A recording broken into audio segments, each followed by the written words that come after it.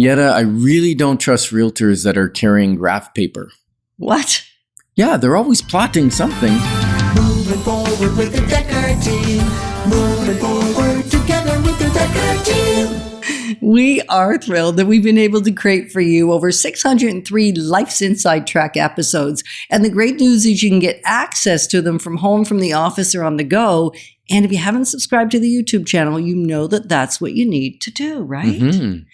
We're going to explore whether being represented by a realtor or not being represented, meaning you're going to self-represent, is right for you. So we're going to explore your options, and then you're going to be asked to make a decision. Even if you're not moving right now, you probably want to formulate that in your mind so that you're clear, because when you get that part handled, it will be easier to trust someone or choose that you're not going to trust a realtor with really dealing with your biggest asset. Yeah, and I think trust is developed when you understand who the realtor is working for. Right? And if the realtor is at the listing agent, they're working for the seller. Until what? Well, until potentially you enter into a different relationship. Right. We could go into multiple rep, and we're going to talk about that in the next section. Yeah. And it's important to know that in the past, we had this thing called customer service, where we could deliver information for a customer. We could show them houses. We could do different things, houses that weren't listed with us. But that designation of a customer is gone. And because it was so muddy, it muddied the water. Yes. Because it felt like, right? And maybe you've been there. It felt like they were taking care of you. But they weren't legally. They couldn't unless you had signed a designated representation. And we're talking right now primarily buyers, because in the residential world of sellers or listing property, when you sign the listing agreement, you are being represented exclusively by that agent/company, right? So it's the confusion. You've signed an agreement for them to represent you, to keep your personal stuff confidential, to get the best results possible. That's what you've signed an agreement to have your back. Right. Now, going back to buyers, now buyers, you have one of two choices. Right. You can be self-represented, or you can be represented by the realtor, either the individual realtor or the company. And we're going to talk about that in the next segment, called designated agency. Yeah. Throws another loop in the hoop, so to speak. Now, what's the difference between represented and self-represented? Think of going to a court of law. Maybe you're being sued. Maybe you're suing somebody else. Maybe you're in trouble. Maybe you're in the wrong place at the wrong time. Who knows? You can go to court and self-represent, which means now you're talking to the judge. The judge is going to think that you know the culture of being in a courtroom, and the etiquette and the things to call people and when to be quiet and when to ask to approach and all those kind of things. He's going to assume you know that because you're self-represented.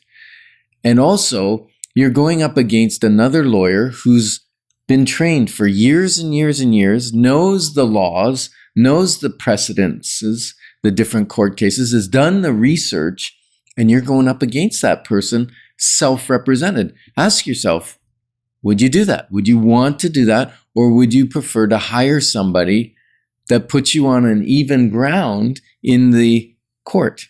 Right. And you've got to trust the person. Like, we're using the word trust, kind of throwing it around casually, but it's a big deal. The reasons we don't trust often is because we don't understand the process.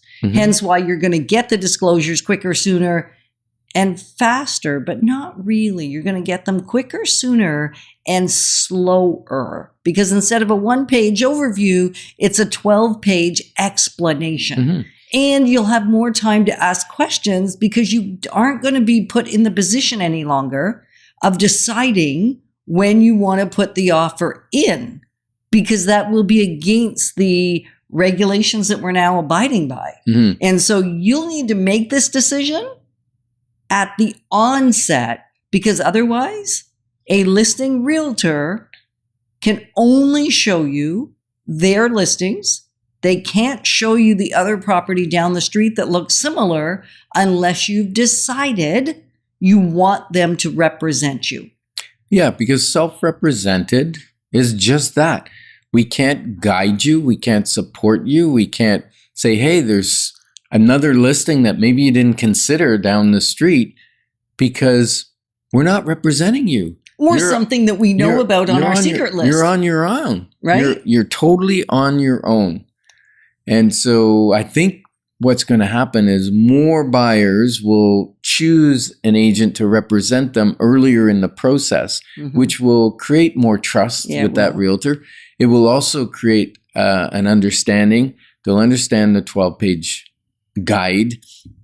And on top of that, you won't be just running around from agent to agent. Unless you're going listing to listing, you can do that. You can still go from listing to listing, seeing a property with the listing agent, and maybe going into open houses and that kind of thing. And it's very, very important to know that realtors are learning this too. This just started today. And so there's going to be a little bit of flux in the industry on how realtors carry out their business until it kind of, the dust settles and people get used to how we're going to handle these new rules. Yeah, absolutely. And if you want the guide, as we know, we want to have you informed. Just ask us for it together at dekkerteam.com, and we will get it to you immediately so that you can be informed and aware and understand it. All right. Well, immediately is within a day. Oh, yeah. Okay. So by the second. Unless it's urgent because you want to buy something today, then phone us at 613-860-4663 and let's talk. Right. And so open houses. That is the area that a lot of people have shared with me as we've been discussing this for the last 3-4 months. So it's not a surprise to us that this is happening. We're aware. We've been talking about it. There are other shows where we've disclosed some of the information. We disclosed what we had available when we had it available. But open houses are still going to be happening. And they're okay to be happening because it's a service provided to the seller. Yeah. And when you walk into an open house, unless you already have an agreement with another realtor, and that realtor is going to tell you don't disclose anything about your situation when you go into the open house. But the realtor that's doing the open house is going to treat you as self-represented unless you tell them different. Right. Unless you ask to be represented by somebody or you're already represented by somebody, they're going to treat you as self-represented. Which makes a lot of sense. Which means they can't guide you at all. Nope.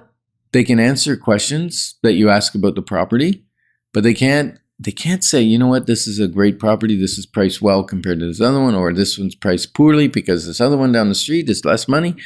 They can't guide you at all because you're self-represented, and the act thinks that you are knowledgeable enough to represent yourself. Yeah, it's exciting and kind of scary. So if you have questions, ask us. We will tell you. We understand this stuff. Being president of the real estate board has meant that you've been in the forefront of this. All of this, yeah. All of it. Yeah. So I'm reminded of a quote that, I was once told that I have trust issues. Can you believe that? I don't believe it. Oh, you're funny. Okay. So together, we're clarifying your options because when we do, your wisdom will flow. Moving forward with the Dekker Team. Moving forward.